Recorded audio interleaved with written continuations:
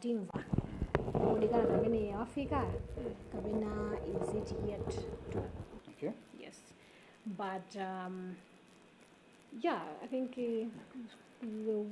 what we are expecting as Malawians are there also results ena kodi bungo la meki laonkesera madera ena so litu fotokozera atiziwa chabwino nkhani yake ndithu ndipeneyo mwinanso kungouza Malawi kuti pali zambiri zimene zikuchitika pamenenso dzulonso tinaonanso kuti andithu nthambi yachitetezo kuchokera ndithu ku Malawi Police Service inafotokozapo kuti amanga anthu angapo amene akukhudzidwa ndithu ndi mchitidwe nyengo umene wachitika ndithu mchigawo chapakati ndi actually sim chigawo chapakati chokha of course anthu okay according to statement ya Malawi Police Service inafotokoza kunena kuti ikuchita soka fukufuku madera ena of course ngati inazatchulako za Lilonga Nkhoma and then inazatchulako za Urumpi Blantyre so Chikwawa Mangochi as well a number of districts amene nakuti ikufufuza nkhani zokhudzana ndi chisankho chomwechi chisankho chabwino ndiye yayi ifeyo tikhale tili pano mpaka na ndithu mmene bungwe la MEC lifotokozere ndithu kandi zotsatira kandi madandaulo ifeso tidzaphene mphongo ndithu chifukwa ifeyo tikufunitsabe kuti mtundu wa Malawi uzindikire kuti tili pati nanga zili pati chifukwa ambiri akumala nkhula zolankhula zosiyanasiyana of course kuti ayi nthawi kumabe tisapatse phuma and akumanena make sure kuti she's not under any pressure. Yeah, let us be patient. Exactly.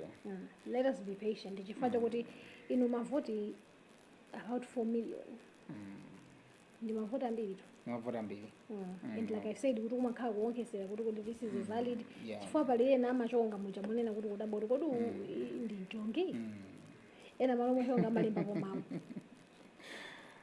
ena mochonga malemba komawo amanena kuti ukaona mvua ukaona nyanja nakano ni mvua zomwe saliyense amapita kokavota kuja ndicho linga chokafuna kuponya divoti ena mangobwera basi to exercise their rights yes munjira imene wakuganizira kutero malo monga chonga amakalemba kulemba dzina lawo kuti ayindine I was here before you. Yeah, you see. So wangoni kumbutsa chisankho chimachitika ndithu madera osiyana-siyana through different associations kumachitika ndithu zosiyana-siyana and zimakhala zosekesa amene ufotokozeramo kuti ena ndithu instead kuti angotika kungochonga if you know how to write chongo kungoti chongo and if you don't know how to write umakadinda ndithu kudinda ndi chala fingerprint ndi ikoti ndi fingerprint yonso topena imavuta mabizikoto of course ndekuti sindoti ndi mkemwe uja koma ninkhani yonena kuti be ngati nkiyo mwina anapezeka wakhudza chala china ubwina ake sindozowa iwo kumene unakavotera koma umene nakavotera ine nditayika chala mwinki anandivuvuta kaye fati nkanadziwa kuti pena mwina ndikapaka uku pokatere paja mwina mwe zoti chala chiso chatanenawo ndeyo makayika apa chala ichi apa china chiyapita pena that actually might become a void vote ndimona ngati mwene madzi tikuyenera tipumire komano we are remaining with 15 minutes before Malawi Electoral Commission akhale live kuuza ndithu mtundu wa Malawi ndipo pakali pano ndithu let's take a short break and we'll be back straight after this. Malawi voti yanga kusankha mtsogoleri yosate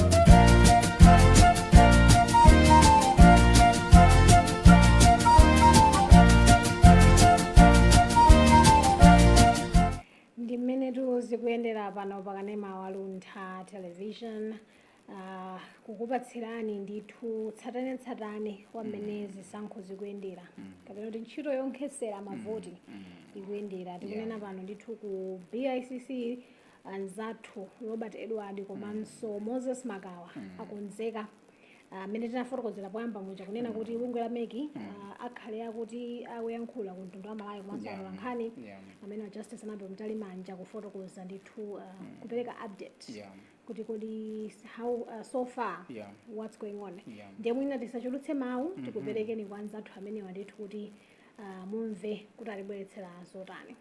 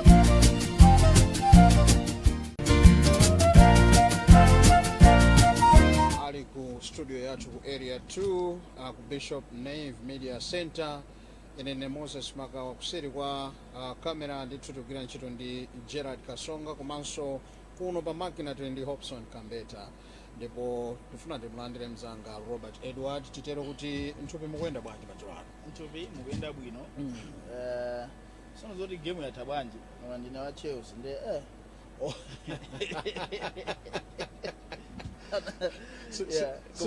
suzori kutha kwa game suzori kwatha bwanji chabwino le kapena mwana ndi prediction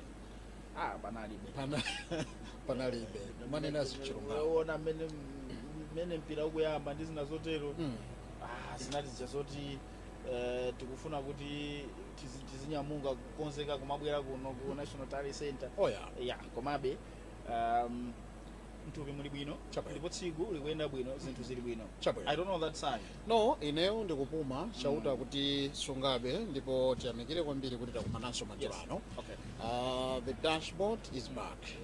Ndipo Malawi ndithu akutsatira koma timafuna chithunzithunzi cha lero kuti inuyo likuyenda bwanji tsiku la lero. Chabwino in terms of kunoko ku National Talent Center ma activities amene akuchitika kunoko kwambiri ndi ma activities ndikuti kuzonera zoti ndi awiri. Activity yoyamba ndiyo kulandira zotsatira zochokera ma district komanso ma materials ma kits ndi zina zotero zonse zikumabwera from districts kubwera kuno National Talent Center ndi akumaza zikunikira azipani ma monitors azipani ndi ama electoral commission amakhala amenepo ndikunikira to ichi chabwera ichi zatere simena kuchiona ngati pakhanga china chili ndi mafunso akumajikapo apokaye ndikuona kuti kodi akambirana montani koma progress ikuchitika kwabwera ndithu ma district angapo kuzona zoti I think we are safe to say kwabwera ma district ojuluka from ma district amene anabwera dzulo leroro ndimachita cross check ndi ma monitors azipani zina kuti iwo mwana amene analipo throughout the day mene ife timafika kuti kutafika Karonga Zomba Nchisi Neno Mchinji Nkotakota Machinga Chiradzulo Mangochi Municipality Blantyre District Nzimba District Chikwawa District Lilongwe City and Nzuzu City. So many moments now need to it might be minus or plus my districts are I mean Africa they zithu zikuchitika menemo komanso activity yachiwiri ndikuti ndi the commission itself ndikuti kuunikira tsopano zotsatirazi kuti no apange chiganizo tsopano kuti awa ndi amene akuoneka zoti akutsogola kwakuti mavoto osataunikira ndi paja kumaunikanso nkhani ya mavoid votes komanso kuunikira madando amene akubwera ndithu tinaona kuti zipani zina zawo zinaita msonkhano wankhani ndikufotokoza kuti ife talembera bungwe la Malawi Electoral Commission kuti tifotokozere fatu kuona kuti muli ma irregularities amene achitika so kumenekonso akumayang'ana ndithu kuno bwino koma ndifotokoze chonchi Moses pa nkhani ya zotsamwitsa zimene anthu komanso zipani akupereka bungwe la Malawi Electoral Commission ndi njira likumanena ndithu and I'm happy kuti zipani so far zipani zimene tinamva zikuchitisa msonkhano wa wankhani kuti pali zotsamwitsa mayirekero kuti pena pake zinthu sizinaende bwino I'm happy kuti zipani zimene zizi zimafotokoza masonkhano wa wankhani kuti zalembera make ndikuti zipani zimenezi ndikuti zikutsatira ndondomeko chifukwa make akaona zoti osayika pa social media kapena kutumiza VN kunoko ifeyo pakuti sizinaenda bwino and so I'm happy kuti zinthu zoyenda choncho and ndikuti amiki akhala kuti akupanga respond accordingly mmene zinthu zililimo ndithuti koma nkhani yokhudzana ndi madando zoti zimangoyena kubwera kunoko ku National Tally Center even kumalo kuponyera voting actually that was supposed to come from kumeneko chifukwa kunali buku lolembamo madando ndipo mu one of mayankho amene make chair amapereka anala kuti pali madando ena oti amene kuti azikonzedwa komweko ndikuti madando ena oti ayena kupangidwa anakwisa ntchito chingerezi chokuti escalate noti kuti abwire kumtunda ndi zina zotero koma the channel is lemba mukalemba akhale ndithu akupereka mayankho awo kumeneko so asanapereke zotsatira amaonetsetsa kuti mayankho aperekedwa bwinobwino tikuziwa kuti Malawi polisi yatitsimikizira kuti pala anthu ena amene akuaganizira kuti apalamira milandu yokhudzana ndi zisankho zomwezi ndipo awanjata tikukhulupirira ndithu kuti mwina tsiku la lero tikhale tikumva ma update kuti kodi zakhala motani mukumbuka ine kuti kumakhala 48 hour rule kuti munthu akamanga amene akumpitisa kubwalo la milandu mu maola amene wawo so tikhale tikumvanso zimenezo chifukwa polisi so nayo soti angokhala ndikumbuka adakhazikitsa kuli room kuli chipinda ndithu ku area 30 kumene kuli joint operation anthu ena ankana zoti ati chipinda choti azibereka mavoti ife tinapitako ndi malo oti inu simungapiteko inu suti kukopita ndakhala usenthu anga sungakafikeko so olo munthu wachipani sangapiteko chifukwa MDF police ndi ma prisons ndikuti the prison service that level of security ndikuti akuonetsetsa kuti chitetezo chikhale m'malo mwake mukudziwa amene zakhalira kunoko ku National Tally Center kuno kuli chitetezo kuli chitetezo sitingabitse so sungangolowa tsiku la chisankho zinthu zinaenda bwino takambe chilungamo panali zitopotopo pena ndi pena za security koma I'm telling you operation room imene ya joint imene ku area 30 I think inathandizira kuti tikhale tikunjoya mtendere ndikhulupirira zoti mtendere tikhale tikunjoya ndithu and so zimene zimafuna tinene apa ndikayiona nthawi it's almost 10 o'clock but mwina tikhale tikulowa nkati you had something to say no I wanted to find out kuti pamene tatsala pang'ono kuti tilowe mchipinda kuti timve bungwe limene la MEC tiyene kufotokoza taonako ndithu zipani zina zambavomereza kuti ineyo ife tagonja give us a picture maka ma candidate ndikuti panopa ndikhoza kunena kuti ndikudziwa za aphunziro mvula oyima paokha smart swira oyima paokha komanso lerolo tamva za Adil James Chilungo oyima paokha so I think chipani sichinabwere poyera china chilichonse komana awa amene ndi ma independent presidential candidate avomereza abwera avomereza koma chimene ndachikonda kwambiri Yes. I think ichanitenderechi mawayi kunokodi I think it's beyond actions. I think ndi chinthu choti tili inborn. I think anthu fe tinangobadwa anthu okonda mtendere. Yes. Zimangovuta kuti kuli anthu ena ake kuti I don't know amangokhulupirira zoti mwina they need to be different by doing something wrong. Koma mtendere ndithu mawayi kuno ulipo. And aliyense akamankhula amanena zoti mukudziwa ngati kuli chinthu chimene ifeyo tili nacho choti chimachipanga value ndi mtendere. Ndakamata acho tisunge mtendere koma ifeyo tavomereza kugonja ndipo tionesesa kuti tigwira ndi boma lililonse limene lipambane. Zikutanthauza kuti kufikira tsiku la lero sili kudziwa zoti amene wapambana chisankho ndi ndani. Zikutanthauza kuti kufikira tsiku la lero ndichifukwa tikumanena kuti zonse zizikhala za madashboard izi ndi zina zotero. They still remain unofficial results. Yes.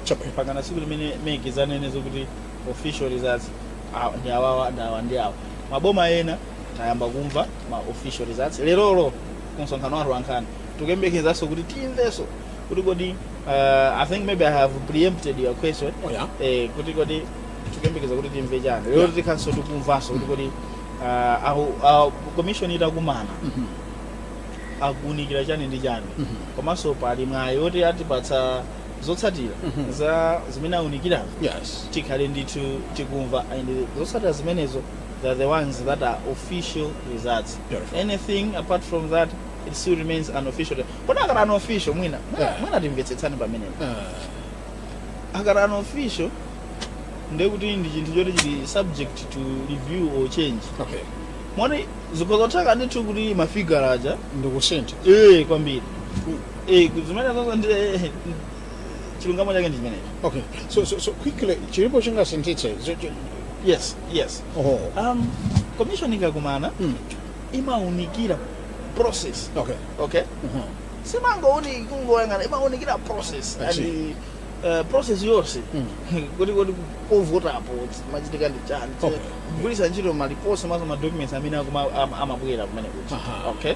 So mwachitsanzo nkhani ya manal and void inuyo mukhozonena zokuti ngati zolija timanena zoti kwina kwake kunali 1000 chakuti 1000 null and void. Yes.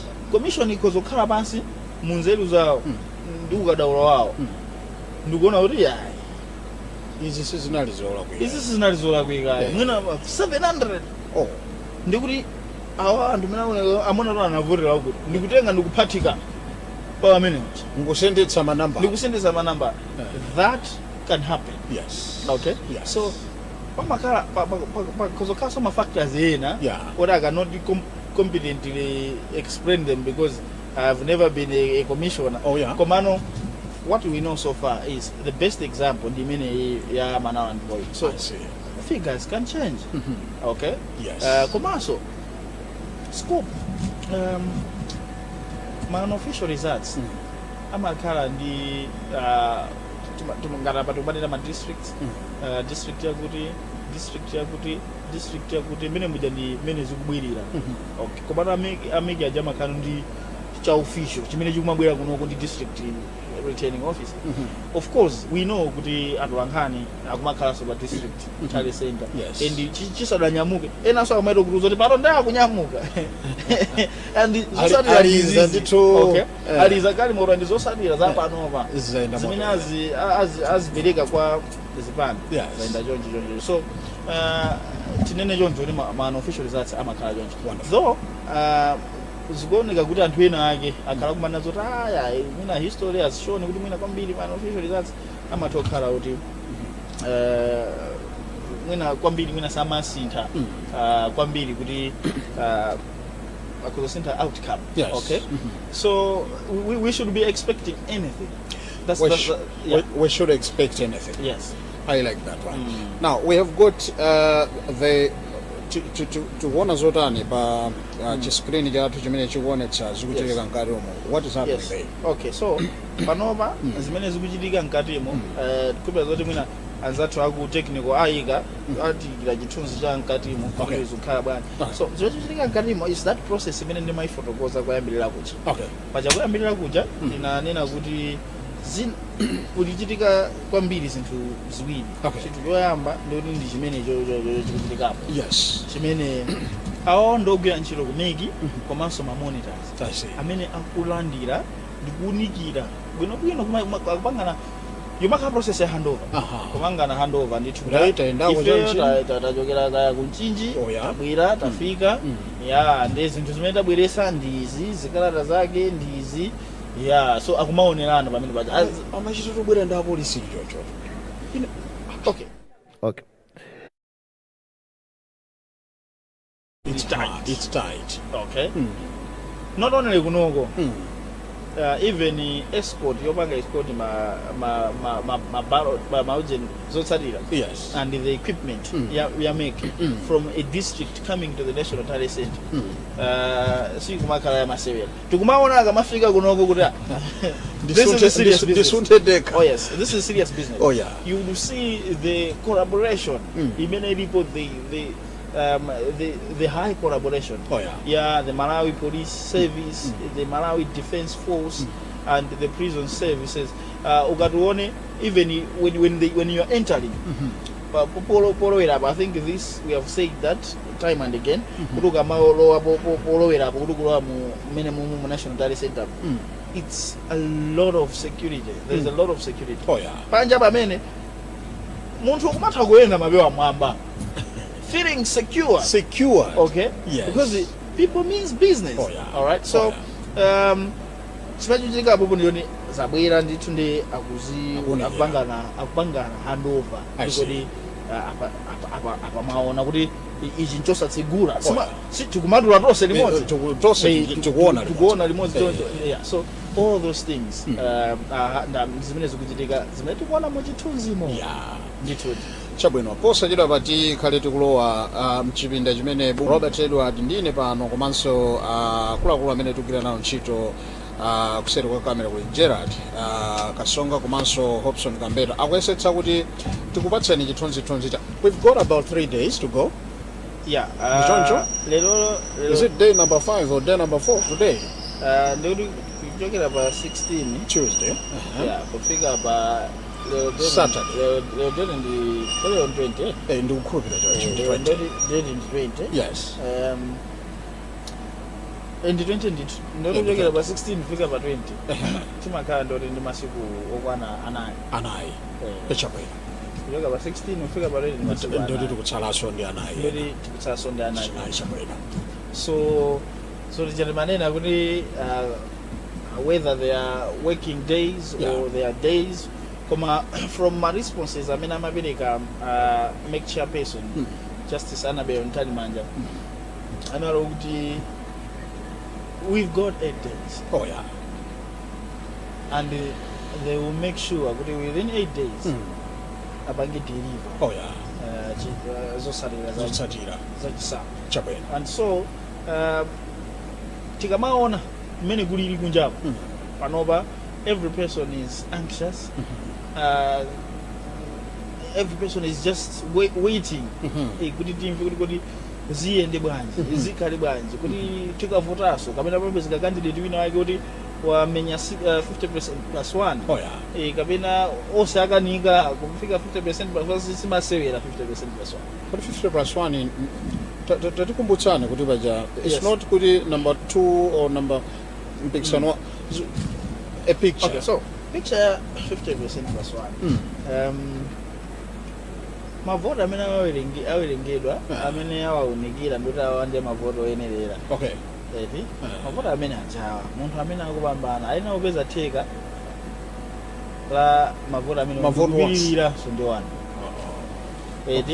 Munthu akhoza kupeza theka kuti 50% wamenya. Koma palibepo wanu ndoti basi sizitheka. Okay. I see. Izizo kuti zinabwera bwanji. Pana ali Chingerezi cha definition of majority. Kodi majority chani?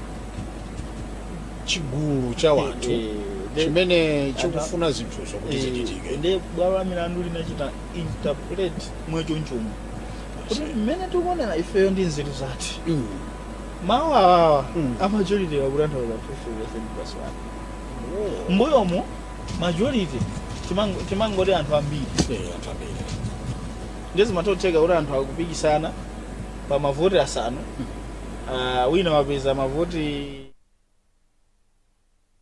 asanu 5 votes on 5 votes ndikuti inu mwina atielekeze kuti mwapeza mavoti okwana fulu kapena inu mwapeza mavoti atatu ine ndapeza mavoti awiri ndikuti inuyo ine ndapambana sinandasiyana nano ndi awiri maona kapena atatu maona yes. So uyo amene wamposa nzake zimangodusa mati first past the post tikugwisa ntchito system imene mdzikomo koma tikugwisa ntchito pa zisankho zinazi zaphungu ndi makhansala endaonako ndithu zosatsimikizika zija ena apambana ndi mavoti awiri okha ena 5 ene basi munthu wapita yes nkhani yake ndi imeneyo so tikugwisa ntchito zimene ena sakumamvetsetsa amaona ngati kuti mwina zimene zikuchitika ku parliamentary and local government elections in as far as kupanga define kuti munthu wowina ndikuti ndi zimene zikuchitika ku presidential elections zofanana apa tikusiyana pamene tikusiyana ndikuti 50% plus 1 kupangira apply ku presidential election pamene first past the post ndimene kupanga apply kwa local government komanso parliamentary election mmene momwe ndi pamene panabwerera nkhani ya 50% plus 1 and inachita kupangidwa interpret inali majaji kuti kuunikira ntchito yabajaji ndikuunikira nanaunikira kuti okay lamuloli apaparula interpreting the law amapanga interpret kuti tanthauza ndi lamulo lija chifukwa icho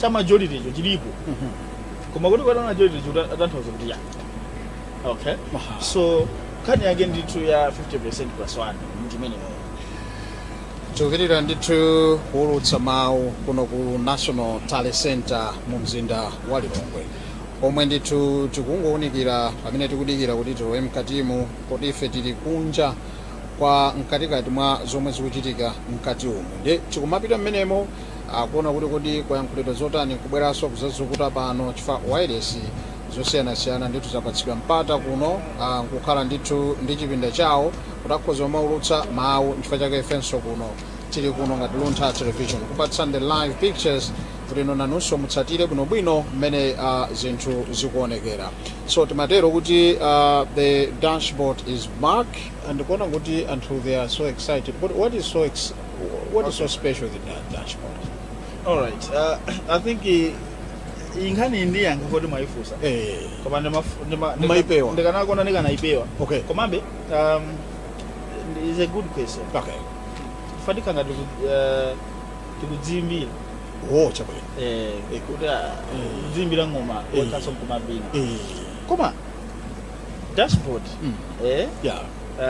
uyu ndi ukadaulo chabe operekera uthenga tinanena ndithu dzulo timafotokoza kuti kodi dashboard ndi chani dzulo tinayipanga integrate dashboard ngati imene imakhalira ya ku Ministry of Health nthawi ya COVID-19 yes ndiye timafotokoza kuti nthawi ya COVID-19 timalandira ndithu chinthu ngati chimene chichi ngati table chongofotokoza so that it gives people a picture okay just the picture okay it's just the picture chitonzi chamene zinthu zilili you cannot pa cha Ministry of Health cha COVID-19 ichi yes pamene wachasama fotokoza ayi kuti mukatere mukisama manyandisopo chani koma mukaitenga press statement imene amayigulisa ntchito amafotokoza china chilichonse imene mucho eti anthu amene akupanga zinthu zophwanya malamulo nthawi imene ija amafotokoza kuti chakudosa mapanga chakudosa so the dashboard in this case mwachitsanzo timakamba pompa nzanga Patrick Pupa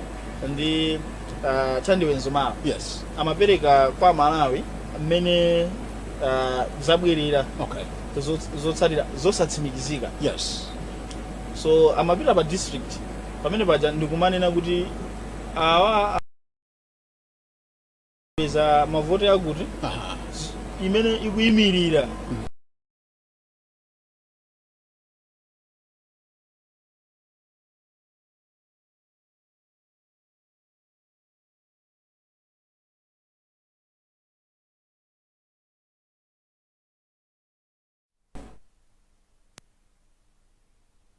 okay 10%. Yes. Okay. That becomes system muja chikupangira generate chizikuza niso ndi makala zomwe ora the yellow color you don't have the red color you don't have and so that is just technology. It's just technology because we cannot afford kuma kala nthawi ya kapena munyengo ya market. Okay. So panopa as we speak lodi nkhani yake ndi imeneyo. So I can say the dashboard it invests choncho. Dashboard you unofficial. Tikambe pamene popo zimenezo, right? That dashboard zimenezo kambe. This is an official. Okay. Nchomwe zongobwera unene pakamwa zimene mtolankhani wazipeza malo akutawira. Whether zimene zikunenda pano official go it is going to be official like that. Zingokhala kuti zangogwirizana. Yes. Okay. Zingokhala kuti zangogwirizana. So it's just a method of presentation. But I know kuti it has brought controversy a lot. Komano chinthu chosangalatsa ndi I think zinthu zimene anthu amaganiza mabwana akulunthaku amaganiza kuti dashboard likamayipereka izathandiza anthu kuti adzimvetsetsa msanga. Zikuoneka ngati kuti I think ndi zimene zikuchitika kuti anthu akuvesesa msanga. Kunkhotakota mwachisanzo anthu amaganiza mbirimbiri za kunkhotakota. Kunkhotakota mwakuti chidashboard chaonesa akusogola ndi Dr. Lazarus Makathe Jagwera. Chairo kuonesera anthu pamene. So ndi zinthu zokuti in a simple way it's able to describe many zinthu zikuchitikira background. Koma that is unofficial. It's unofficial. Yamegi sikhala yachonchi yamegi amaonena pakamwa. Mwatani kodi matsula. No, yamegi abangonena pakamwa. Amangonena tabwera pano mota papa tikuyembekeza kuti tikakalowa nkati akanena kuti tabwera pano ndizo savira zama district awa akuti pakutipo apeza mwakuti iye official akuti pakutipo apeza mwakuti akuti pakutipo apeza mwakuti. You know, the question of whether people should start celebrating or feel sad, something like that, I feel like, you know, this is not the right time to celebrate. That's what I think. I like it's also not the right time to feel sad. Because the results are official. We're just talking about 4 districts. 4 districts. So, but we understand my elections, they're emotive, and I'm kind of emotional, this is what they're. So we understand with Malawi, Nandogonda Tende. Okay? Malawi, what I'm going to I think it couldn't go back into violence. I'm a current Ujeba. So, Timaza is into Zagamajiga, people tie people's faces and names into something. But we understand we didn't tie your down. That's why I feel, but I think it can't. Mawa ano official. Tudadita lowetse zimene tikulankulazi magina ina ake atepangireka kuti kodi mumachula dzina loti ano official kangati. Upamuza zoti pa sentence pacheka mantha mawa ano official unani apanda chula soti ano official. So we are trying our best to kuyesetsa kuwauza anthu kuti this is unofficial. Moti munthu ina ake akamana zoti akulusa zinthu alinge munthu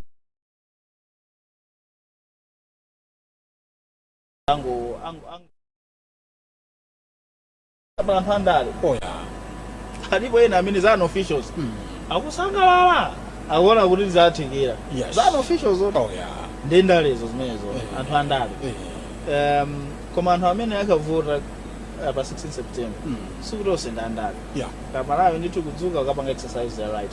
Ena akukhumudwa. Okay, koma we are saying this is not the time to either be jubilating or be sad. I see. This is the time of observing kumaona mene zinthu zikuchitikira and waiting for the day imene Malawi Electoral Commission is out to the official results. Wonderful. Koma so the dashboard ife rumangolota. I think pamene boso tinene. No, I wanted that because I wanted to ask kuti ndiye zimachokera kuti zimene. Okay.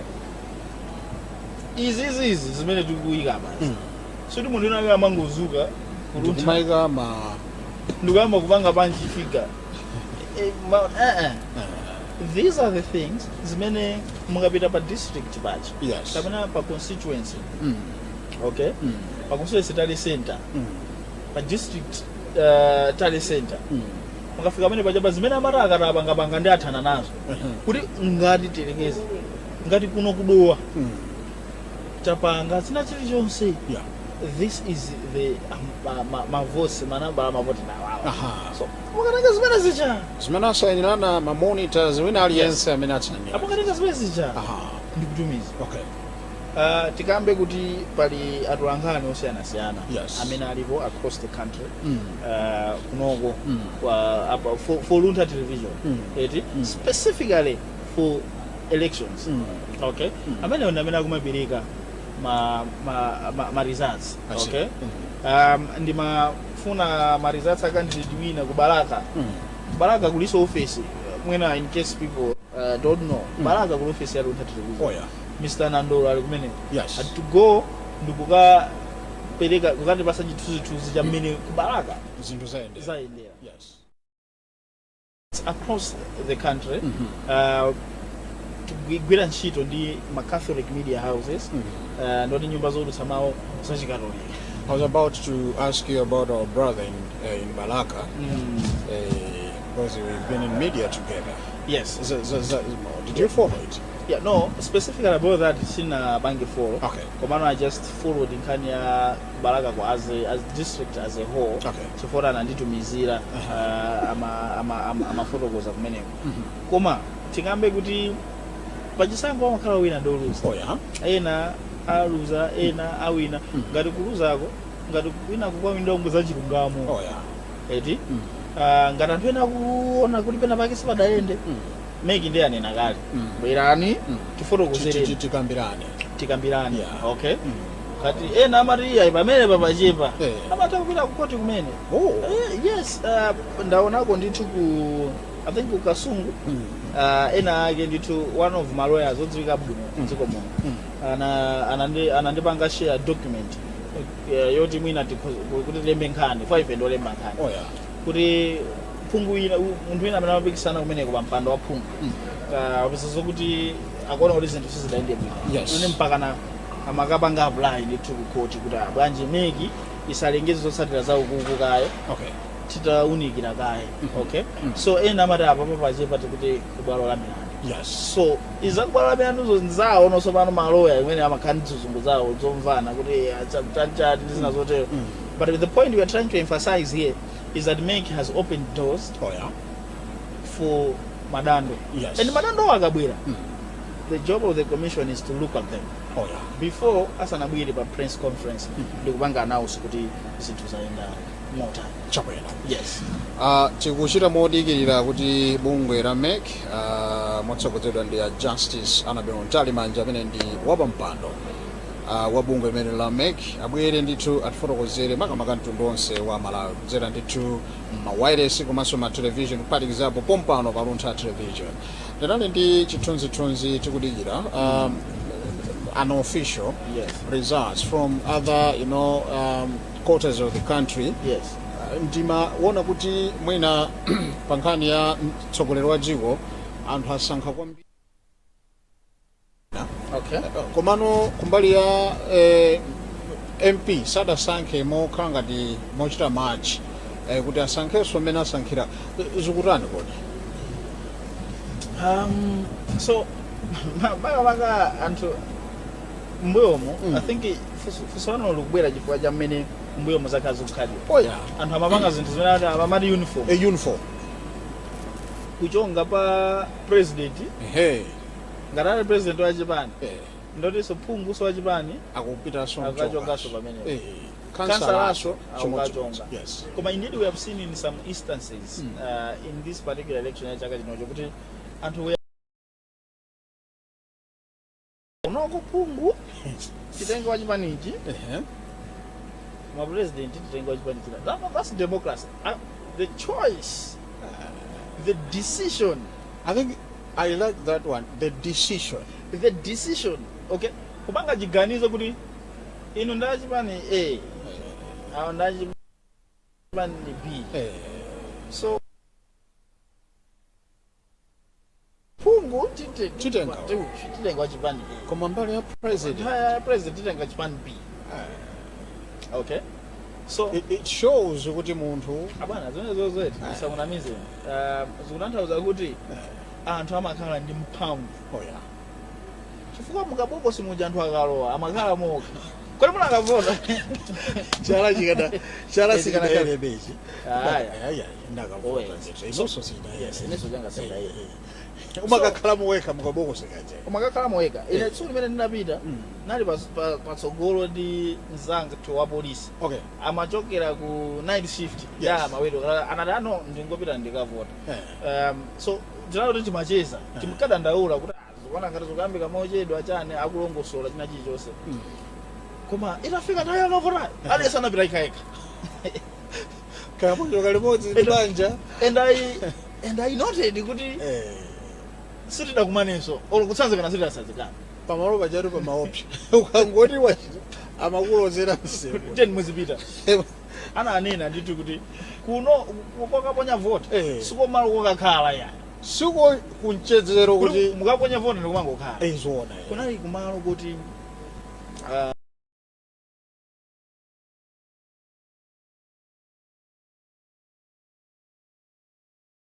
so people were able to make a decision. Yes. Madando amene akubwera. Eti? Sikuti ndicholakwika kuti madando azibwera. Eti? Sindikudziwa koma sindinapita ku dando loti anthu sanapita kukavota pena pake. Yes. Mandimvesesa? Limene lolo palibe. Yes. As of now, mwina sindikudziwa kuti tikapa press briefing ati fotokozera. Dando loti anthu amene abwere pakuti azavote. Komano sana zavote. Mwina chifukwa choti panali zopsezana zachitetezo. People amene amafuna ukavota anapita ukavota. They make the decision. Yes. Okay? Yes. So to answer your question, that is democracy. It's democracy. Democracy. I got democracy in the minute. Weka. Very much. Kamera waviga jana funa utinde. Edi? Uzayangana. So kwa ile so dina yangana wa president ose. Kama ose abone kabwini. Kuyambira kuntuta paka pansi. Ndipange bwanji. Weka. Paka na mbwe ntandise. And there is no one amena mabwera. Mukuchedwa. Yeah. Upange decision yako yomaliza. Make your decision. Wow. Ma MP iso ndimaona kusekerera. Ose. Achena. So ndipanga bwanji. Ndiko nali mapozi. Hapo pozi. Madzurano Saturday. So mulankhula bwanji. Makansa alaso chimodzimodzi. Yes. Okay? So you needed to make a decision. So democracy and democracy. Kansala wa chipani china. President wa chipani china. Pungu wa chipani china. Independent, independent, wavota president independent. Kansala ndikuti chipani mwina so pungu so independent. So independent to uzimakali. I wanted to ask you, kudera limene ndikukhala limene sindingaulule pano. Zoona kuti munthu wina kapena anthu amene omaganizira kuti aphungu pali competition ya anthu awiri. Yes. Ukapezeka kuti anthu atenga the third one. Yes. Amene sanapange komwinaso tinene kuti kampeni yolongosoka. Songaniro apanga china chake chowozeka. Zimatani chaka chino. Kupeza kuti asankha munthu ngati amene. Okay, so kumbali ya phungu yo. Komanso kumbali ya kampeni. Yes. Mwina kampeni kamvesesede kathu tuyena zoti kamvesese mwina mali. Okay. I think chaka chinocho ndinaona zoti kampeni yomayitanana pa masitha ija. See, I think Anambili they didn't go for that.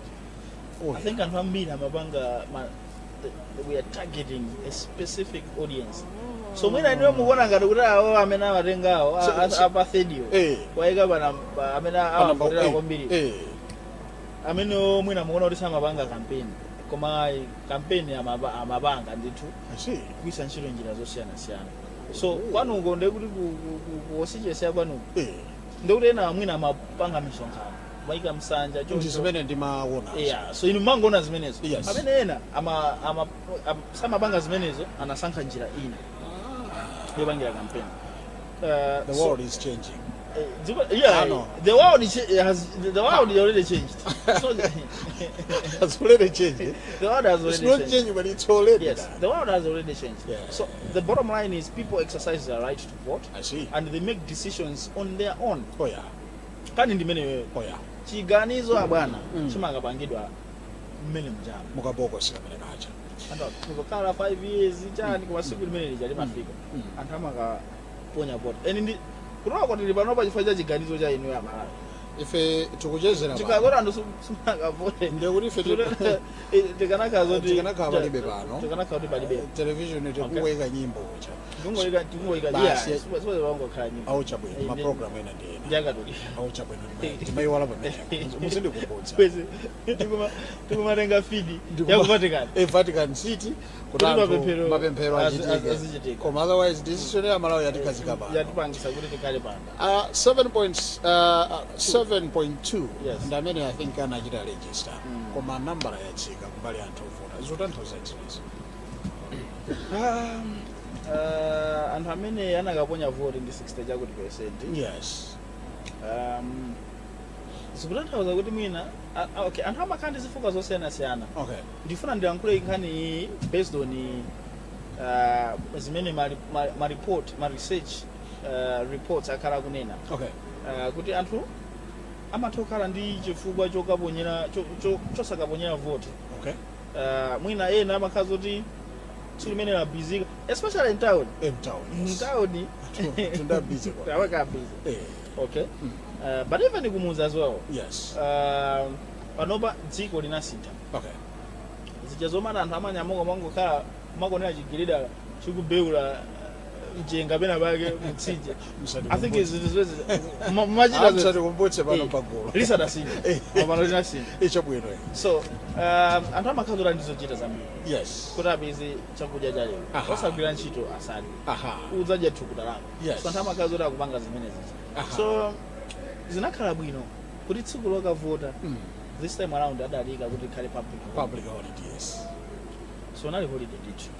Kwa maana ntchito zinaili ngati mwana pa holiday. Ano ife sinakhale pa holiday mpaka lero. So mpaka lero. So tipite tsopano tipite mkati tsopano tipitiriza imene posalira tikuperekeni manja mwa anzathu ndithu mkatimu kuti timve kuti bungwe la MEC lifotokozanji tibweranso zikangotha zimenezi. Operations at the Malawi Defense Forces. I should also welcome the Inspector General of the Malawi Police Service, Mrs. Medin Yoram, and all commissioners and senior officers from the Malawi Police Service. I should also welcome the Director General of the Malawi Prison Services, Mr. Masauko Wiskot, and officers from the Malawi Prison Services. Ambassadors and High Commissioners of all diplomatic missions accredited to Malawi, you're welcome. Heads of observer missions and all observers that are present here. Also allow me to welcome heads and representatives of various government ministries, departments and agencies present here, members of the civil society organizations, my colleagues from the press, ladies and gentlemen. Once again, the Commission is coming before the nation to give an update regarding the management of the results and also continue to release partial results. Amainda abambo tukulandireni kuno ku BICC kumene Commission yokumana ndi kuyang'ana zotsatira za chisankho chimene tinali nacho pa 16 September ndi maulemu onse akhale m'malo mwake. Madzulo ano Commission yabweranso ndi zotsatira zimene zofuna tituluse komanso kudziwitsa mtundu wa Malawi kuti zonse zochitika za chisankho zili pati. Ndi mosataya nthawi ndi aitani apa mpando wa Malawi Electoral Commission Justice Anabe Ontali Manja kuti atipase uthenga ochokera Malawi Electoral Commission zikomo kwambiri Sangwani. Choyamba tinene kuti maulemu onse akhale m'malo mwake. Chachiwiri mutilole kuti tithokoze kwa Malawi onse tsiku la lero pa 20 September chifukwa chosunga bata komanso mtendere pamene tikupitirira kudikirira zotsatira zathu, komanso tithokoze nonse amene mwabwera madzulo ano m'nyumba muno, komanso nonse amene mukutimvetsera pa wailesi, komanso kuonera pakanema, komanso pa masamba a mchezo.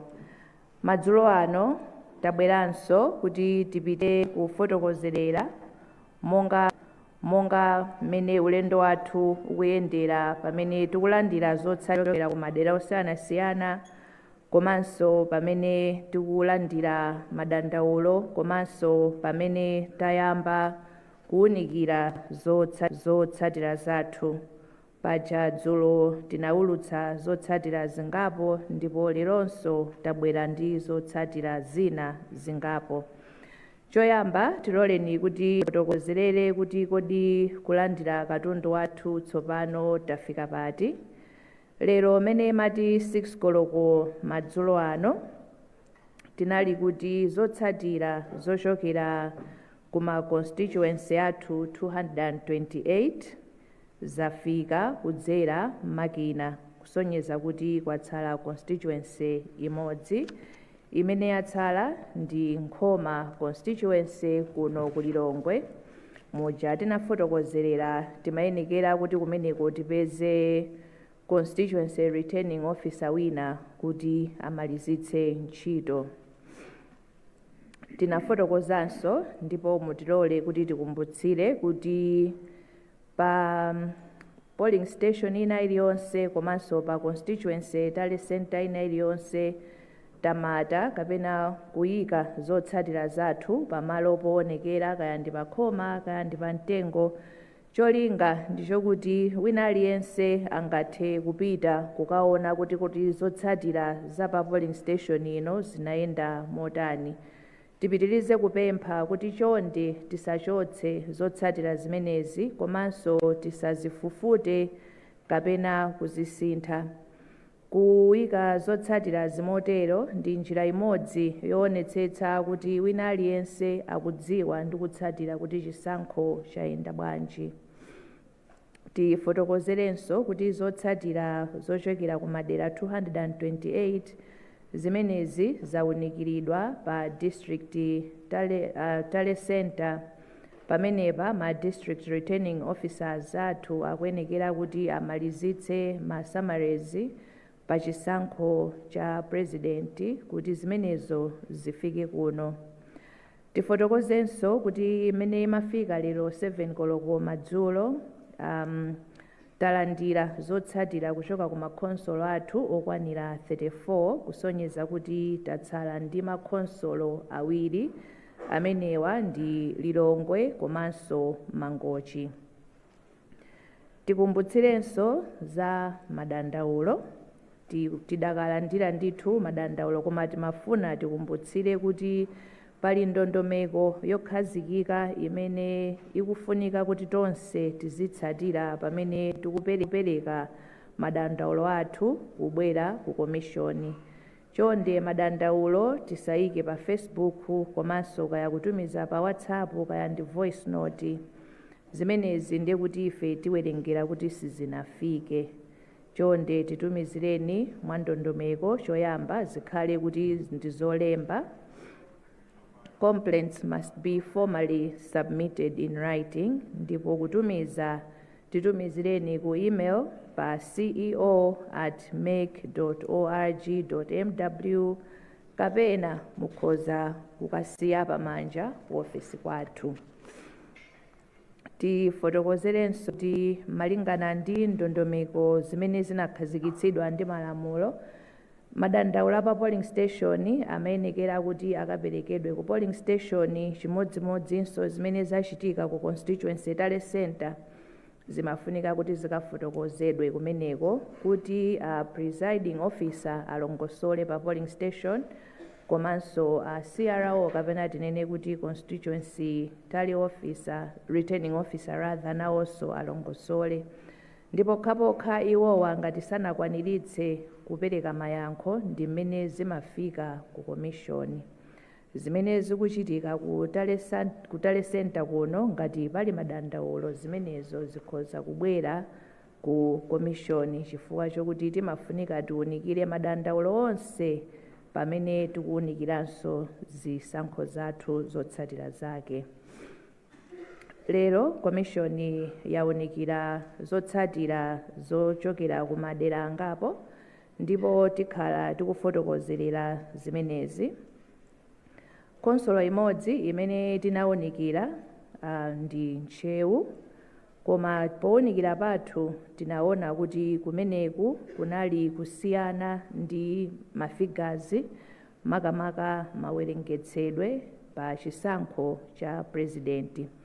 Pachifukwa cha chimenechi ntchito imeneyi tayimikira kaye kuti tiwunikire bwinobwino kuti kusiyana kumeneku zakhala bwanji ndipo tilongosole. Ndiye pachifukwa cha chimenecho lero sitiwulutsa zotsatira zochokera ku Nchewu, angakhale kuti komishoni inalingalira ndithu ndipo zikanakhala kuti zonse zili m'malo mwake ikanakhala mu mndandanda wa tsiku la lero. Mutilole tsopano kuti tifotokozere zotsatira zathu zimene tabwera nazo lero, ndipo choyamba tikamba za ku Karonga Town. Ku Karonga Town Council anthu amene analembetsa mu chisankho ndi 26,702, amene anatuluka kukaponya voti ndi 18,235, imene inali 68.3%. Mavoti osavomerezeka anali 463, imene inali 2.5%. Mavoti ovomerezeka anali 17,772, amene ayenda motere: Dr. Joyce Hilda Banda, People's Party, 269 votes. Tokozani Banda Manyika, Independent, 71 votes. Akwame Bandawe of Anyamata Atsikana Azimai, 101 votes. Dr. Lazarus Makathe Chakwera, MCP, 4,388 votes. Kamuzu Shiwambo of People's Transformation Party, 58 votes. Adil James Chilungo, Independent, 26 votes. Cosmas Felix Chipojola, Independent, 32 votes. Dr. Dalitso Kabambe, UTM, 3,413 votes. Atupele Austin Muluzi, UDF, 182 votes. Professor Arthur Peter Mutarika, Democratic Progressive Party, 8,971 votes. Punziro Mvula, Independent, 11 votes. Frank Tumpale Mwenifumbo, National Development Party, 120 votes. Dr. Kondwani Nankumwa, People's Development Party, 16 votes. Jordan Sauti, Patriotic Citizens Party, 3 votes. Smart Mlumbe Swira, Independent, 5 votes. Milward Tobias, Independent, 2 votes. Dr. Michael Biswick Usi Ojazake Alibe Mlandu, 104 votes. Zimenezi ndiye zotsatira za ku Karonga Town Council. Tsopano tipite ku Zomba City. Kumeneku amene analembetsa mkaundula wathu wa voti ndi 57,250, ndipo amene anatuluka kukaponya voti anali 45,185, imene ili 78.9%. Mavoti osavomerezeka 619, imene ili 1.4%. ndipo mavoti ovomerezeka anali 44,566, amene ayenda motere: Dr. Joyce Hilda Banda, People's Party, 326 votes. Tokozani Banda Manyika, Independent, 58 votes. Akwame Bandawe Anyamata Atsikana Azimai 49 votes. Dr. Lazarus McCarthy Chakwera Malawi Congress Party 3,472 votes. Kamuzu Chiwambo People's Transformation Party 36 votes. Adil James Chilungo Independent 35 votes. Cosmas Felix Chipojola Independent 31 votes. Dr. Dalitso Kabambe UTM 3,990 votes. Atupele Austin Muluzi UDF 738 votes. Professor Arthur Peter Mutarika Democratic Progressive Party 35,536 votes. Punziro Mvula Independent 51 votes. Frank Tumpale Mwenefumbo National Development Party 11 votes. Dr. Kondwani Nankumwa People's Development Party 38 votes. Jordan Sauti Patriotic Citizens Party 6 votes. Smart Mulumbe Swira Independent 10 votes. Milward Tobias Independent 7 votes. Dr. Michael Biswick Usi Ojazake Alibe Mlandu 172 votes. Tsopano tipite kunchisi. Konsola ya kunchisi amene analembetsa nkaundula wa 12 voti ndi 141,799. Excuse me, ndipo amene anatuluka ukaponya voti ndi 104,757, imene inali 73.9%. Mavoti osavomerezeka analipo 2,923, imene inali 2.8%. Mavoti ovomerezeka anali 101,834, ndipo ayenda motere. Dr. Joyce Hilda Banda, People's Party, 2,006 votes. Tokozani Banda Manyika Independent, 722 votes. Akwame Bandawe Anyamata Atsikana Azimai, 1,593 votes. Dr. Lazarus McCarthy Chakwera MCP, 81,635 votes. Kamuzu Chiwambo People's Transformation Party, 553 votes. Adil James Chilungo Independent, 149 votes. Cosmas Felix Chipojola Independent, 129 votes. Dr. Dalitso Kabambe UTM, 2,671 votes. Atupele Austin Muluzi UDF, 350 votes. Professor Arthur Peter Mutarika Democratic Progressive Party, 11,365 votes. Punziro Mvula Independent, 144 votes. Frank Tumpale Mwenefumbo National Development Party, 89 votes. Dr. Kondwani Nankumwa People's Development Party, 111 votes. Jordan Sauti Patriotic Citizens Party, 32 votes. Smart Mulumbe Swira Independent, 38 votes. Milward Tobias Independent, 50 votes. Dr. Michael Biswick Usi Ojazake Alibe Mlandu, 197 votes. Tipite tsopano ku Salima.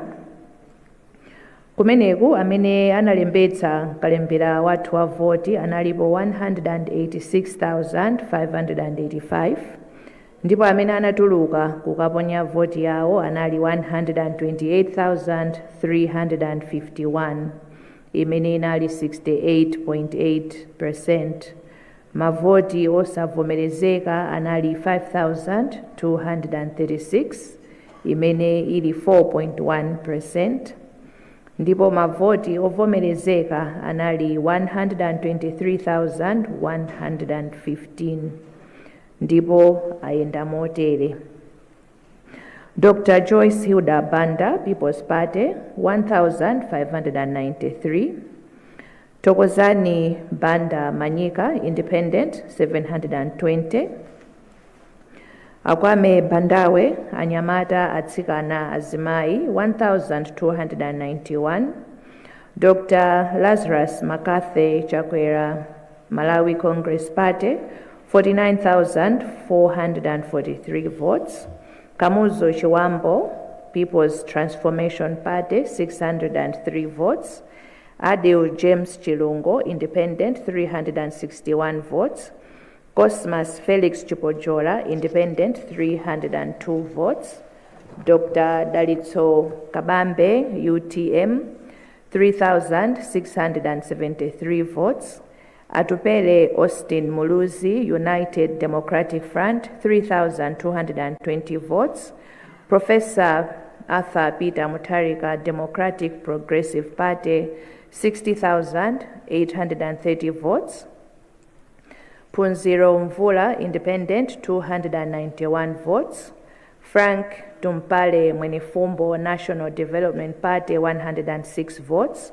Dr. Kondwani Nankumwa, People's Development Party, 109 votes. Jordan Sauti, Patriotic Citizens Party, 82 votes. Smart Mulumbe Swira, Independent, 61 votes. Milward Tobias, Independent, 54 votes. Dr. Michael Biswick Usi Ojazake Alibe Mlando, 376 votes. Sovano tipite ku neno. Kumeneku amene analembetsa mkaundula wathu wa voti anali anthu okwana 50,826 ndipo amene anatuluka kudzaponya voti yawo ndi 41,433 imene inali 81.5%.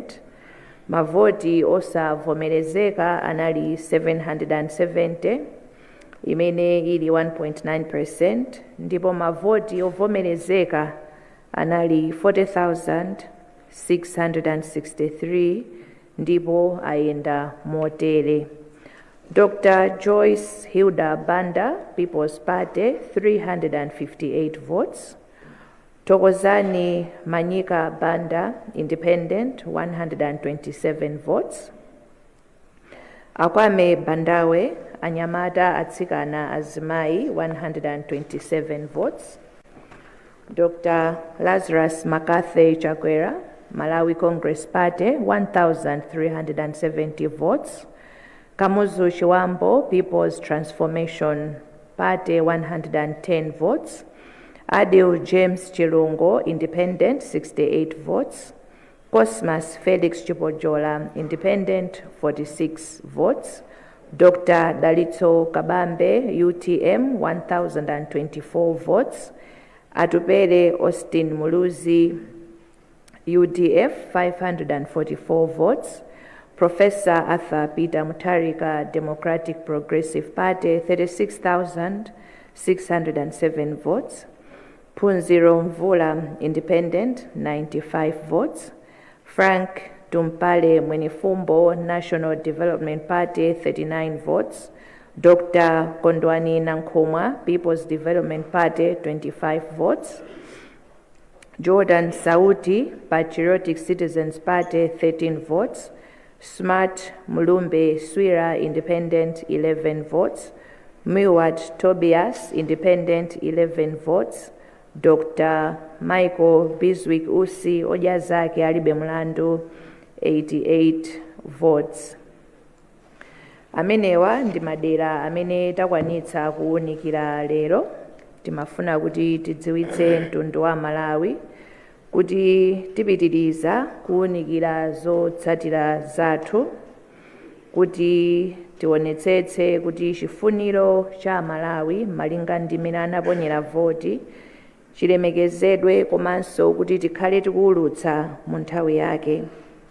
Mongokumbutsira, malingana ndi malamulo tili ndi masiku osapitirira 8 amene lamulo linakhazikitsidwa kuti komishoni iwulutse zotsatira za chisankho cha president. Mu nthawi imeneyi komishoni ikuwunikira zotsatira zathu kuti tionetsetse kuti zonse zili m'malo mwake, kuti tionetsetse kuti zimene tikuwulutsa ndi zolondola komanso tikuchita zonse poyera komanso movomerezeka. Tipitirize kutsimikizira mtundu wa Malawi kuti ifeyo tichita ntchito yathu malinga ndi mmene zikuyenera kukhalira, komanso kuti, let me put it this way, the Commission assures all Malawians that no effort will be spared in safeguarding the integrity of the process. Danda lina lililonse kapena funso lina lililonse limene tilandire mu ndondomeko yake, ifeyo tilandira ndithu, komanso tiunikira malingana ndi ndondomeko zathu, komanso kutsatira malamulo, ndipo chotsatira china chilichonse tichiyang'ana ndi kuchionetsetsa kuti chikhale kuti ndi chimene chikuchokera ku polling station ina iliyonse malinga ndi mmene anthu anaponyera voti yawo. Tikupitiriza kupempha Amalawi tonse komanso anzathu azipani makandidate amene munapikisana nawo, komanso tonse amene tikukhudzidwa ndi chisankho ichi, kuti chonde tiyeni tipitirize kusunga bata ndi mtendere, komanso tiyeni tilemekezane, tisayankhule mokhadzula koma tikhale omangirirana. Ifeyo tipitiriza kugwira ntchito ndithu kuti timalize mu nthawi yake, kuti Amalawi onse athe kudziwa kuti kodi chisankho chathu chayenda bwanji. Ndikuthokozeninso nonse chifukwa chakumvetsera kwanu. Ambuye akudalitseni. Zikomo kwambiri.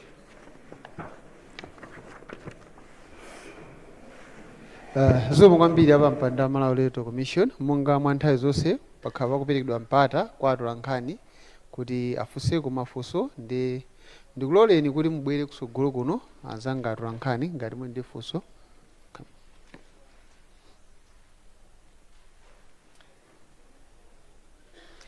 Good evening, Chair. My name is Christina Chiota from Zodiac. I have 5 questions. 2 are going to Malawi Police Service. The rest are going to you, Chair. The questions are bordering on the arrest of 8 MEC officers. So I'll start with the police, the Malawi Police Service. The first question is, have you now formally charged the 8 MEC officers? If yes, what are the charges? If not, why not? It's past 48 hours. Why the delay? People want to know. The second question, since time immemorial, when police officers release statements, they usually release with particulars of the suspects.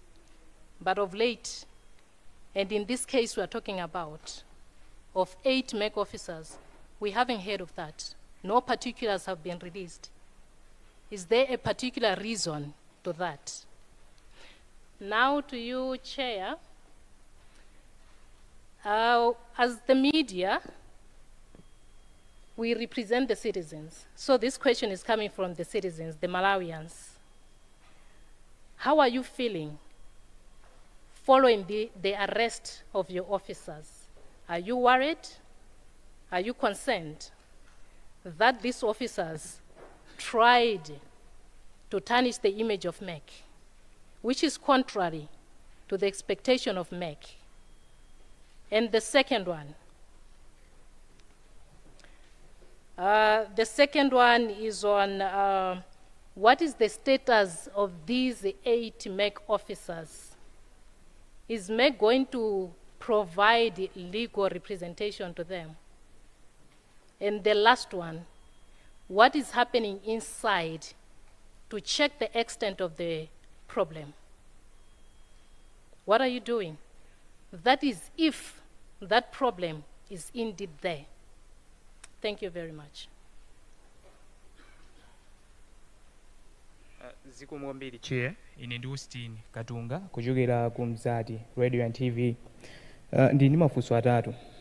Funso langa loyambirira ndilokhudza zomwe wafotokoza kuti mwayimitsa kaye zotsatira za kuntchewu chifukwa choti manambala ake ndithu akusiyana. Timangofuna kumvetsetsa kuti kusiyana kumeneku kuli pati, kukubwera motani, komanso zikutengereni nthawi yotani pofuna kuonetsetsa kuti chilichonse kumeneku chili m'malo mwake.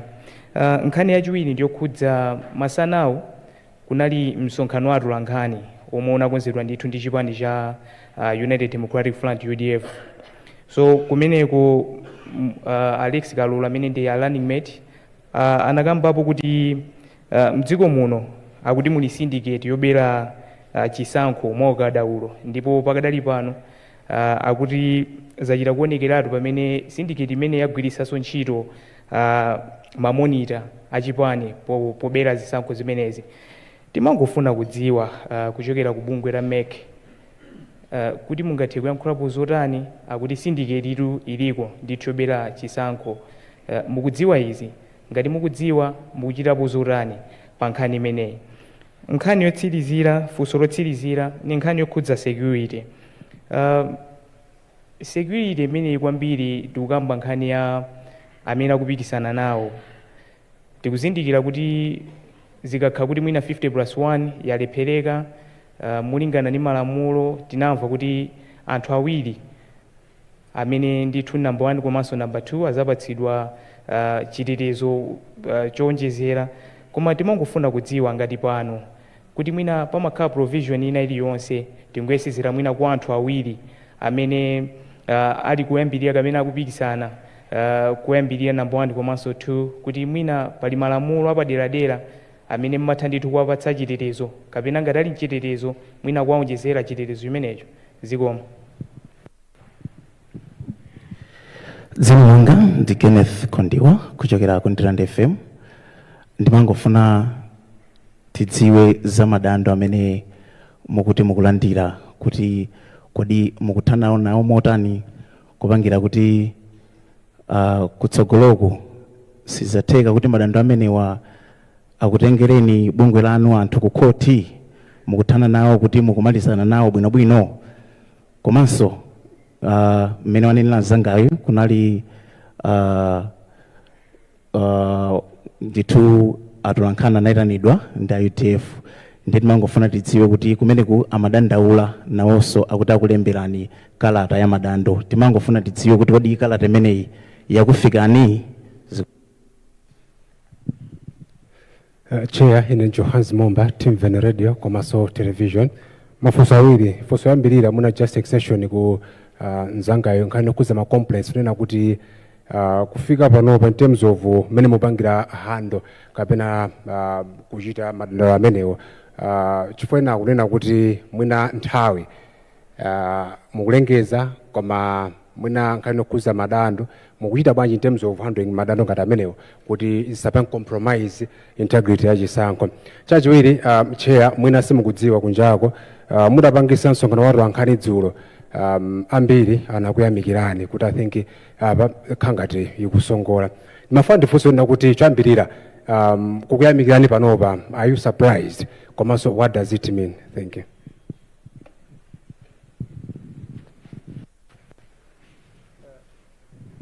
Thank you so much, Chair. I would request maybe that you consider responding to the questions, then we come again in the second round. Thank you.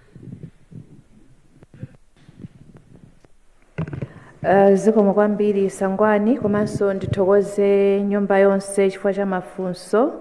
Ndiyankha mafunso amene abwera kumeki, koma panali mafunso linali ngati limodzi koma ndi masabu pati pomwepo. Ndiye ndizapempha Madam Yolam kuti mutiyankhireko zokhudza ku polisi.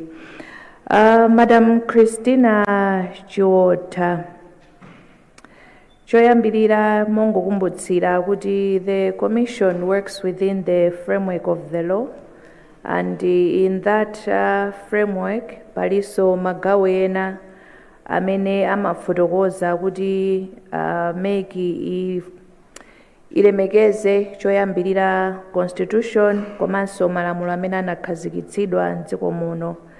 Lamulo lina limene lilipo ndi logawa ntchito ya meki ndikuyang'anira za zisankho pamene nkhani za chitetezo komanso zina zotero zili ku polisi. Ndiye pamene munthu apolisi amunyamula on suspicion of having committed an offense that is within the purview of the Malawi Police Service, kwa ife is to respect that and wait for the due process to take its course. Malawi Electoral Commission does not offer legal representation. Ndiye kuti amene the employees amene anyamulidwa, it is up to them to find their own legal representation. Mundirole kuti ndiyankhe motero. However, let me be quick to say munthu akamunyamula amakhala kuti pali ma allegations and they are innocent until proven guilty, and tingonena kuti ifeyo who allow the due process to take its course. Kunzati Austin Katunda tinafotokoza mu statement kuti panali ma discrepancies in tallying of the results za ku Nchewu, I beg your pardon, Nchewu District Council, ndipo tayimitsa the process of determination ya ma results, koma ntchito yonseyi ikufunikabe kuti igwirike within the 8 days that we have to determine the presidential results. Ndiye ndikutsimikizireni kuti pamene tikuwunikira, we are still mindful of the limitation of time that we have. Ndipo ifeyo tichita china chilichonse kuti kuwunikira kwathu tikhale titamaliza ikamafika kuti 8 days ikutha, chifukwa chokuti we need to announce to the nation kuti kodi kuntchewu zotsatira zili motani. Mwafotokoza kuti kunali UDF anachita press conference, ndipo afotokoza kuti ma monitor anagwiritsidwa ntchito kuti abere zisankho. Ndiyankhe motere, mukakumbukira statement yathu takhala tikufotokoza kuti ngati pali madandaulo amayenekera kuti abwere formally, and certainly not through a press conference, certainly not through any other medium other than a formal complaint. Mundilola kuti ndiphatikize ndi funso limene linabwera, I believe it was there the FM. Talandira complaint yochokera ku UDF, ndipo imeneyi tikuwunikira. As far as my memory serves me, panalibepo nkhani yokuti ma monitors agwiritsidwa ntchito kuti abere zisankho. Should we receive that complaint, we are going to look at it in the same manner imene tikuyang'anira ma complaint ena aliwonse. Mwafunsako za security kwa ma presidential candidate, kwinako munaziyankha nokha malinga ndi mmene alili malamulo. Security imaperekedwa to presidential candidate pamene zotsatira zachisankho zaulutsidwa, ndipo papezeka kuti palibe candidate amene wapeza 50% plus 1, ndipo ifeyo ngati ameki talengezetsa kuti kufunika kukhalenso chisankho china kapene tinene kuti runoff. In the event there is a runoff, the law expressly provides kuti ma candidate 1 ndi number 2 amene apikisane pa chisankho cha runoff ndi amene amapatsidwa chitetezo with the state security agencies. Ngati chili chisankho ngati chimene takhala nachochi,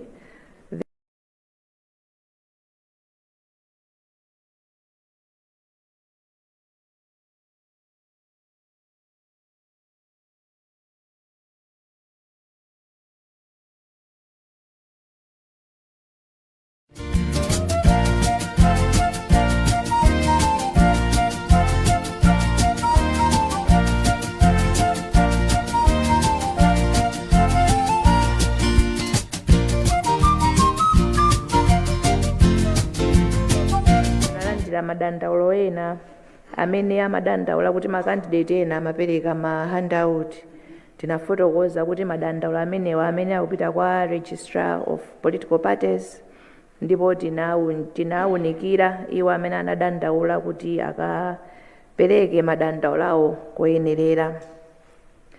Ndifotokozerenso mophatikizira, I think munafunsanso, it was another person omwe sindinalembe dzina, kuti kodi madandaulo tichita nawo bwanji pamene tikufunikira kuti tiulutse zisankho.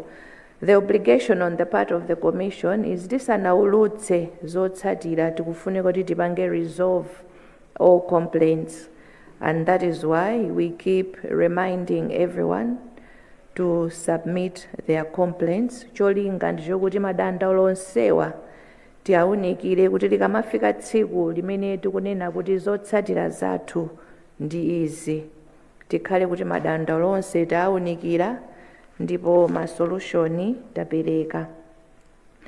Koma ndifotokozerenso kunena kuti ifeyo tikakhala kuti talandira dandaulo ndipo tapereka yankho lathu, koma amene anadandaulawo ngati sanakhutire ndi yankho limene tapereka, ali ndi ufulu pa malamulo kupita ku khoti kukafotokoza kuti tinali dandaulo ili tinakapereka ku commission, koma amene atiyankhira sitinakhutire, ndipo khoti limayawunikiranso nkhani imeneyo. In other words, if we receive a complaint, we resolve it, but the complainant is not satisfied, the law provides an avenue for them to petition the High Court to consider the matter again. Zikomo kwambiri, ndipemphe Madam Yolam.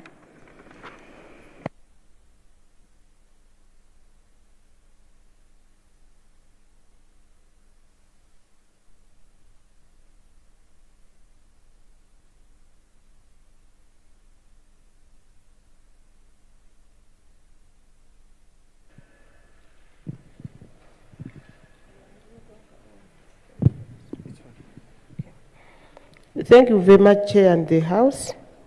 I have two questions from Zodiac, though they are related. Yoyambirirayo akufusa zama suspects. As reported yesterday, we arrested these people yesterday in the afternoon. As we speak, we are within the 48 hours, so there's no worry for them. Tikanalima 48 hours yomwe ija sinathe chifukwa choti anthu anagwidwa madzulo in the afternoon. Yachiwiriyo akuti no particulars of the 8 suspects were mentioned in our press release. It was deliberate because we don't want to jeopardize our investigations. We would rather keep their names safe and undisclosed. Thank you, Chair.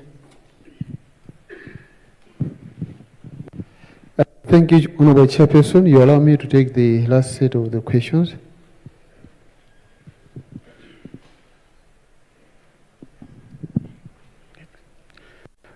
Sikwambili, Madam Chair, dzina langa ndine Brino Foster, mudzi wa radio station.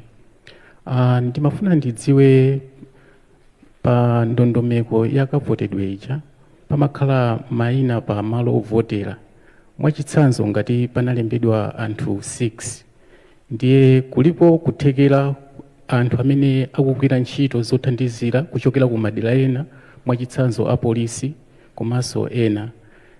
Namba limene jayo anthu amene ajakalwa pamene paja ingabalase bwanji ndi figa imene yoti inalembedwa pamene paja, komanso machine muja kwa munthu amene wabwera pamalo paja woti wakavota kuchokera kwina kwake, system imafotokoza chani pamalo pamene paja? Zikomo kwambiri, Madam Chair.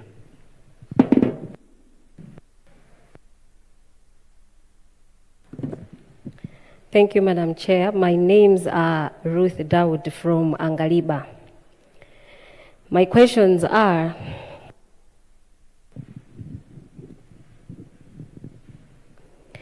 in regards to the case of Ncheu, which you say is undergoing investigation of the figures, Will there be a conduct of post-election audits to verify the results and its accuracy? Or rather, what criteria will be used to evaluate these expositions? Thirdly, are there any external influences or biases that perhaps are impacting these outcomes? Can you also guarantee the transparency of the election results when there are allegations of inaccuracies in districts like in Cheo? And my last question goes to the IG. Relating to the officials that were arrested, and up to date, we still haven't received any information pertaining this case in regards, though, to the 48 hours. But are you by any chance undergoing any external pressure that is resulting to this silence? Thank you.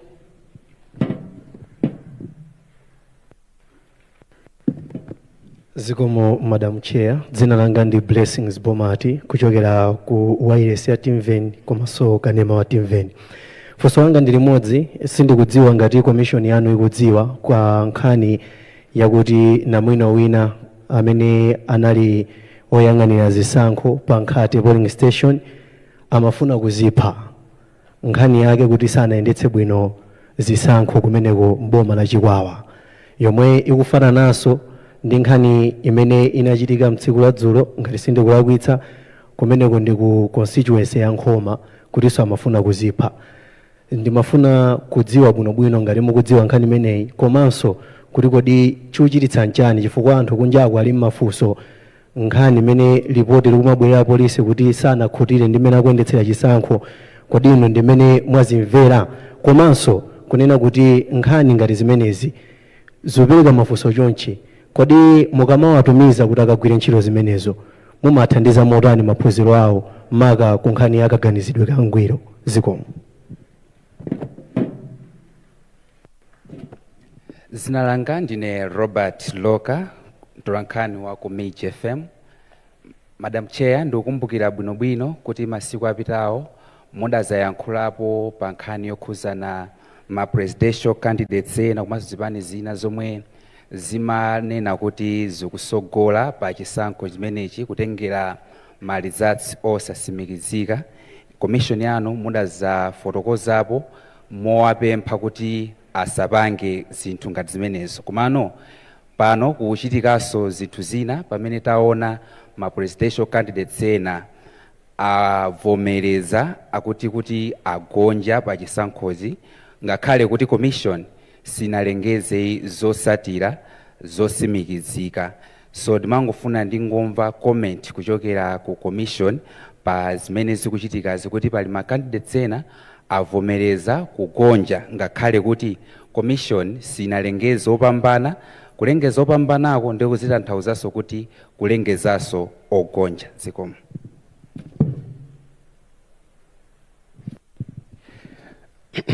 Madam Chair, ndine Damiano Kalajira kuchokera kudowa FM. Kunjaku Amalawi akudandaula maka panthawi imene mukumapereka ma updates. Akunena kuti mukumapereka ma updates anthu ambiri atagona.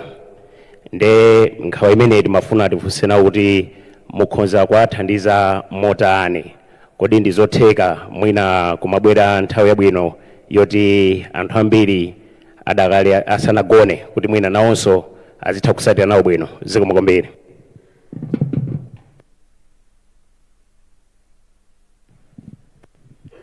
Chair, dzina langa ndi Robson Patson, ndimagwira ndi wireless ya Channel 4 Nations komanso TV. Chair, dzulo kunabwera galimoto yonyamula zipangizo zanu zochokera ku Chitipa, koma itafika pa Njava inachedwa kutsitsa katundu. Kufufuza kwathu malinga ndi sosi wathu amene anatiuza kuti munayiwala ka box kameneka kunena kwawo amati ndi EMD. Ndimafuna amutsimikizire ngati izidi zinachitika, akuti kameneka munayiwala muzinda wa Mzuzu koma galimoto ndi ya ku Chitipa.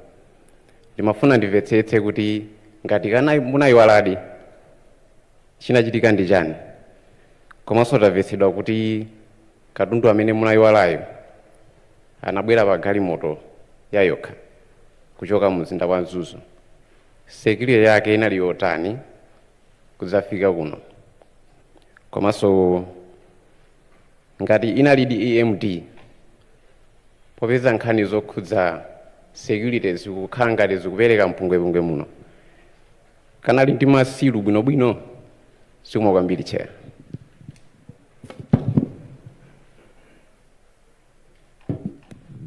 Thank you so much, Chair. I will request that you respond to the questions. Thank you.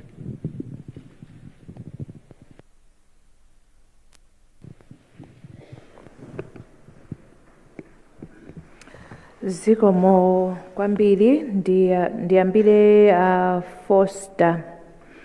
Zoonadi na wa protocols and imene tinakhala tikufotokozerera, and it's public knowledge. Voter registration statistics yathu tinafotokozerera, and it's on our website. Komanso polling station ina iliyonse ili ndi chiwerengero chake.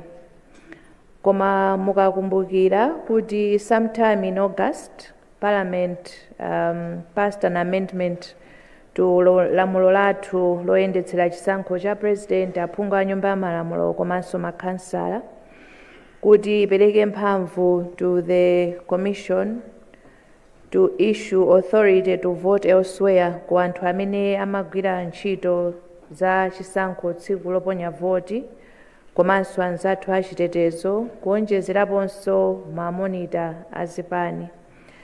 Tinabwera pamaso pa mtundu wa Malawi ndikufotokozerera kuti potsatira lamulo limeneli takhazikitsa njira kudzera mu form 29 imene iwo amene atumidwa kuti akagwire ntchito kumene sanalembetsere they will be applying for authority to vote elsewhere. Ndipo tinafotokozanso kuti fomu imeneyi ndiyo kuti tithandizire kuti tithe kulondoloza kuti amene waponya voti potsatira chilolezo chimenechi ndi ndani. Fomu imeneyi ikutithandizira kuti tidziwe kuti tiyerekeze pakanakhala kuti pali BICC polling station panalembetsa anthu 600, koma amene aponya voti ndi anthu 618. Ndiye kuti anthu 18 iwo achokera kuti. Ndiye kuti tikayang'ana form 29 ija kuti tithandizire kufotokozerera kuti zatheka bwanji kuti pamalo apa anthu amene aponya voti ndi oposa amene analembetsera pamalo pamenepa. Kusonyeza kuti tili ndi ma form 29 amenewa amene atithandizire to account for munthu wina aliyense amene anakaponyera voti kumalo kumene sanalembetsere. David kuchokera ku Ngaliba tafotokoza ndithu kuti nkhani ya kuntchewu tikuunikira kuti tilondoloze kuti kodi kusiyana kwa mafiga amenewa zachokera pati. Ndipo sorry Daud, not David, beg your pardon Daud. Tikamaliza zonse tikamazafotokozera zazotsatira za kuntchewu tizafotokozanso kuti zimene tinapeza mukafukufuku wathu ndi zotani. The Commission continues to be transparent mu ma processes athu ena onse, komanso mukaona the design of the law inakhazikitsidwa motero kuti tizitha kuyenda limodzi ndi ma stakeholders, and pa nkhani ya the actual electoral activities nkuona timakhala ndi mamonita kuti nawonso athe kuonerera kuti zikuyenda bwanji. And pa polling mukakumbukira timatsindika ndithu komanso kulimbikitsa anzathu azipani komanso ma independent candidate kuti atumize mamonita kuti akakhale pa polling station akaonerere mmene zisankho zikuyendera, kuwerengera mmene kuyendera, komanso kuonkhetsera, komanso kuonjezera apo amapatsidwa copies of the result sheets. Zonsezi is to guarantee, one, the credibility of the process, komanso just to ensure transparent processes. Ndikukhulupirira kuti mwina tikatero funso lanu takuyankhani. Akutimveni mwakamba nkhani za ku Khate police station.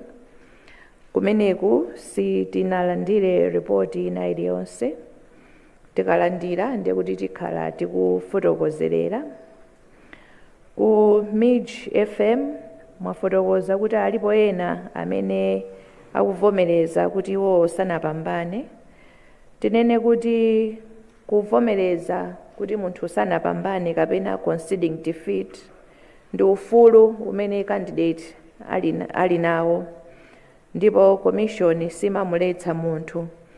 Tikumbukire kuti ma candidate onse anali ndi ma monitors pa polling station, ndipo ma monitors amatha kuona kuti chisankhochi chikuyenda bwanji, ndipo anapatsidwa makopi a ma result sheet kusonyeza kuti ma candidate iwo aona mwina amene zayendera, ndipo ndi ufulu wawo kuchita chisankho chodikirira kuti commission iulutse official results, kapena iwo angonena kuti iwowo avomereza mmene zikuonekera. Uwu ndi ufulu wawo, koma the commission ndi imene imafotokozerera official results, ndipo monga tayambira tipitiriza kutero mpaka kumalizira. Dowa FM tikumabwera mwina nthawi yooneka ngati yochepa, koma kulingalira kwathu kunaliko kuti mwina tiziganizirako makhonsolo angapo kuti tikamabwera tikhale ndi zotsatira zogwirika, osati kungobwera ndi zotsatira za khonsolo imodzi. Choncho kubwera kwathu usiku ndiko kuti mwina tikhale ndi nthawi yokwanira kuti tiwunikire ndithu zotsatira kuchokera makhonsolo angapo, ndi chifukwa chake tikubwera motero. Kwa iwo amene angakhale kuti mwina agona tikumvetsetsa, koma ndikukhulupirira kuti anzathu a nyumba zowulutsa mawu akumakhala akuchita replay zimenezi in the course of the day, komanso tikumakhala ndi dashboard yathu imene ikumaonetsera kuti zimene tawulutsa zili motani. Anzathu aku channel for all nations munafunsa za EMD. Timafuna tifotokoze choyamba kuti CMD koma inali biometric voter verification device, kamakina kaja timagwiritsira kuzindikira anthu pa tsiku loponya voti, ndipo kameneka sikuti kanayiwalika, koma mwangozi anatsekera limodzi mu ballot box, ndipo zimenezi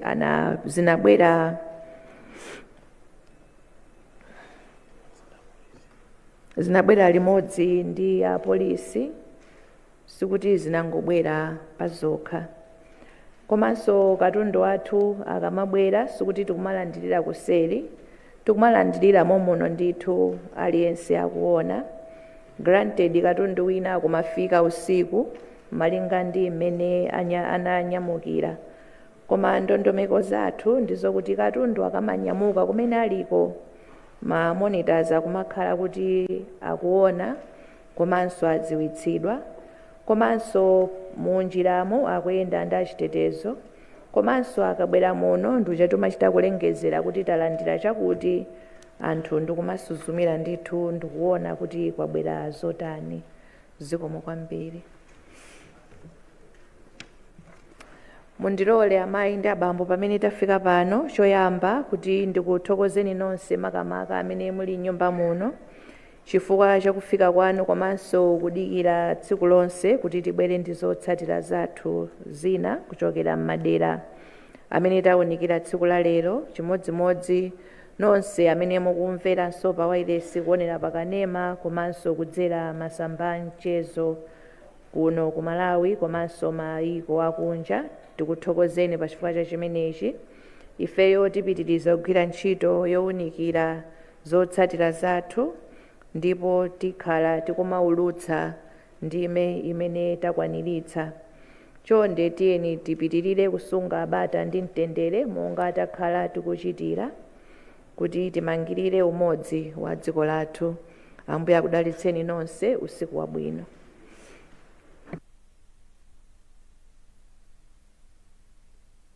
Zomwe kwambiri tinayamba ndi pemphero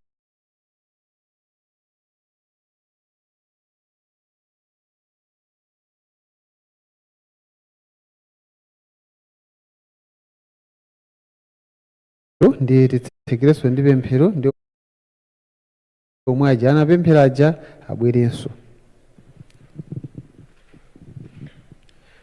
Tipemphere.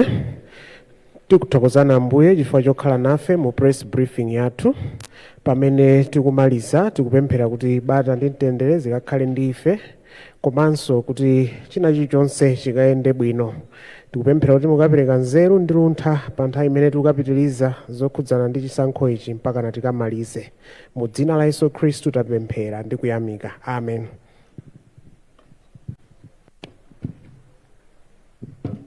Kwambiri ndipemphe kuti oyamba otuluka akhale ma commissioners athu komanso IG ndi Major General ndi timu yanu, please. Thank you.